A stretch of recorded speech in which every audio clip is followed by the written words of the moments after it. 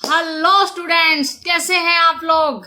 उम्मीद करती हूँ आप लोग सही होंगे, स्वस्थ होंगे और अपनी पढ़ाई कर रहे होंगे।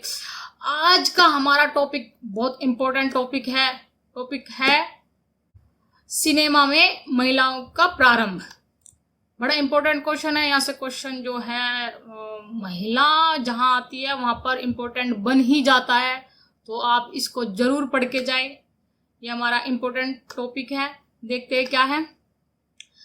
भारत की पहली फिल्म राजा हरिश्चंद्र थी, यह आप लोगों को सबको पता है। यह फिल्म दादा साहब फाल्के द्वारा निर्मित फिल्म थी। दादा साहब फाल्के को इस फिल्म में तारामती जो कैरेक्टर थी, तारामती की भूमिका के लिए कोई महिला नहीं मिली थी। कोई भी महिला जो राजा हरिश्चंद्र बनाई दादा साहब फाल्के ने, तो कोई भी महिला पात्र के लिए उसकी भूमिका निभाने के लिए नहीं मिली दादा साहब फाल्के को। दादा साहब फाल्के वेश्याओं के बाजार, कोठों पर सभी जगह गए, हाथ जोड़कर महारानी तारामती की भूमिका के लिए नम्र निवेदन किया। वेश्याओं ने दादा साहब की बात को हवा में उड़ाते हुए दादा साहब फाल्के की कहा कि उनका पेशा जो है वो फिल्म बनाने वाली बाई से ज्यादा बेहतर है। वेश्याओं ने दादा साहब फाल्के को ये जवाब दिया कि फिल्म में भूमिका निभाने से अच्छा हमारा काम है, ये उन्होंने कहा। फिर दादा साहब फाल्के जो है उधर से निकल जाते हैं। रास्ते में सड़क के किनारे एक ढाबे पर जो है दादा साहब फाल्के रुकते हैं। वो चाय का ऑर्डर करते हैं और वेटर जो है चाय लेकर आता है और दादा साहब फाल्के उसको देखते हैं। वो उनकी जो उंगलियां हैं और उनका जो चाल ढाल है वो थोड़ा जनानापन, उसमें कुछ लेडीज टाइप वो दिखते थे। तो उन्होंने दादा साहब फाल्के जो थे उन्होंने उनको ऑफर दिया कि आप हमारी फिल्म में रानी तारामती की जो है भूमिका निभाओगे। तो उन्होंने जो वेटर थे उन्होंने हाँ कर दी, उनका जो ऑफर था वो स्वीकार कर लिया। तो हम यहाँ पर ये कह सकते हैं कि राजा हरिश्चंद्र जो पहली हमारी फिल्म थी उसमें महिला की जो भूमिका थी किसी महिला ने नहीं बल्कि किसी पुरुष ने निभाई थी। और उन पुरुष का नाम था अन्ना सालुंके, जो वेटर थे जो दादा साहब फाल्के को एक ढाबे पर मिले थे। दादा साहब फाल्के की मूवी एक बन गई जिसमें महिला पात्र नहीं थी। ये आपको याद रखना है कि उसमें कोई महिला पात्र नहीं थी। जो महिला की भूमिका तारामती जी जो थी उनकी जो भूमिका एक पुरुष ने ही निभाई थी। अब दादा साहब फाल्के की जो है दूसरी मूवी आती है भस्मासुर, मोहिनी भस्मासुर। अब उसमें उन्होंने सोचा कि इस मूवी में तो कोई ना कोई महिला को हम लेंगे ही।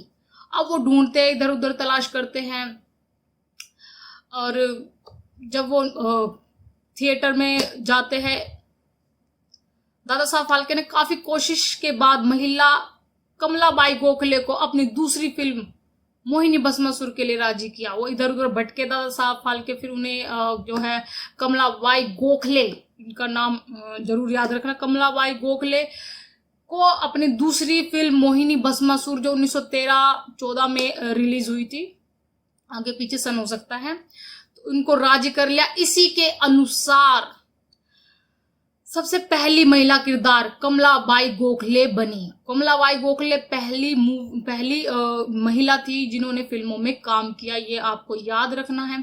कमलाबाई थिएटर में काम करती थी, वहां पर ही दादा साहब फाल्के जो है दादा साहब फाल्के ने उन्हें देखा और वहां पर उनको ऑफर दिया। कमलाबाई ने 1980 तक कुल 35 फिल्मों में काम किया, इसलिए कमलाबाई को भारत की पहली एक्ट्रेस का खिताब मिला। 1 जनवरी 1914 भस्मासुर मोहिनी रिलीज हुई और इसके बाद ही 14 साल की कमलाबाई मशहूर हो गई। इन सब से यह बात मालूम होती है कि फिल्मों में महिला कलाकारों का लाना बड़ा मुश्किल काम था। आप लोगों को पता है कि पहले जो है सिनेमा को अच्छा नहीं माना जाता था, जो है देखना भी अच्छा नहीं माना जाता, और उसमें फिल्म में काम करना और वो भी किसी महिला का काम करना उसके लिए बड़ा समाज के साथ विरोध करना था। इसलिए सब महिलाओं का उसमें एंट्री बड़ी लेट हुई और उसको जो है अच्छा नहीं माना जाता था। लेकिन फिर भी बंधन तोड़कर महिलाओं ने आना शुरू किया फिल्मों में। इन सबसे बात मालूम होती है कि फिल्मों में काफी कलाकारों को लाना बड़ा मुश्किल होता था, महिला कलाकारों को, क्योंकि महिलाओं को समाज में वो दर्जा नहीं दिया गया था कि वह बाहर जाकर काम करे या लोग उनको देखें। समाज में महिलाओं को पुरुषों के अधीन माना जाता था। उनसे यही उम्मीद की जाती थी कि वे घर की चार दीवारी में रहे और घर के काम व बच्चों को संभाले, बाहर के सभी काम पुरुष करे, जीविका जो है वो पुरुष चलाए और महिलाएं हैं चार दीवारी के अंदर रहे। ये उस समय, आज भी कुछ जगह पर हम सब अपने समाज में ये सब देख सकते हैं कि बाहर महिलाओं को नहीं जाना है, पुरुष जो है वही बाहर जाके कमा के लाएगा और बाहर का काम पुरुष ही करेंगे। ऐसे पुरुष प्रधान देश में महिलाओं का सिनेमा में आना कोई आसान काम नहीं था। वे अपने पारिवारिक बंधन, सामाजिक मर्यादा, अन्य चीजों को तोड़ फिल्मों में आना प्रारंभ किया महिलाओं ने, और बाद के दिनों में फिल्मों में काम करने के लिए महिला आने लगी। ऐसे ही एक थिएटर में काम करने वाली हमारी कमलाबाई गोखले, जो पहली महिला हमारी एक्ट्रेस बनी थी,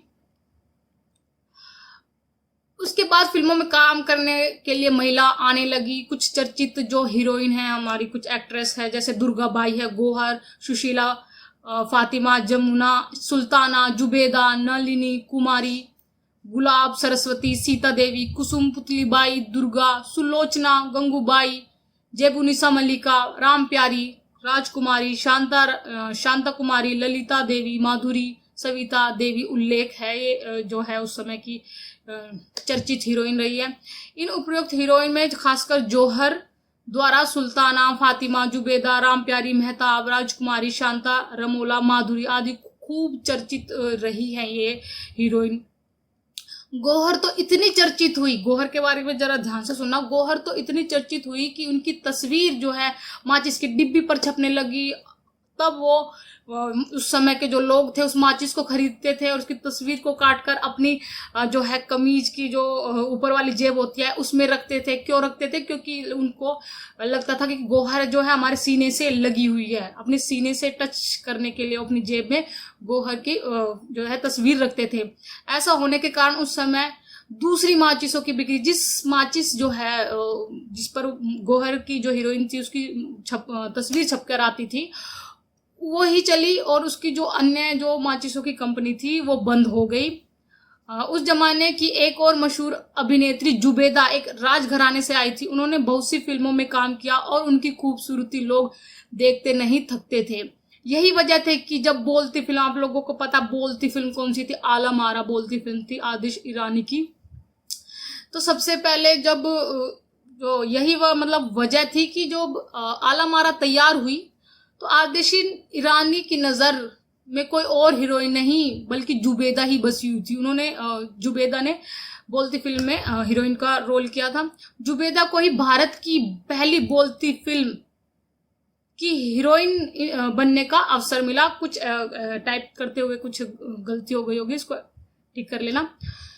देखो तो 1913 में शुरू हुई फीचर फिल्मों के सफर में 1920 तक एक ऐसी हीरोइन बहुत देखी गई जिन्होंने कई फिल्मों में काम किया। मतलब 1913 से और 1920 तक बहुत कुछ ही हीरोइंस थी हमारे पास जो बार बार मूवीज में हमें देखने को मिलती थी। ज्यादा हीरोइन महिलाएं नहीं आई थी तब तक भी।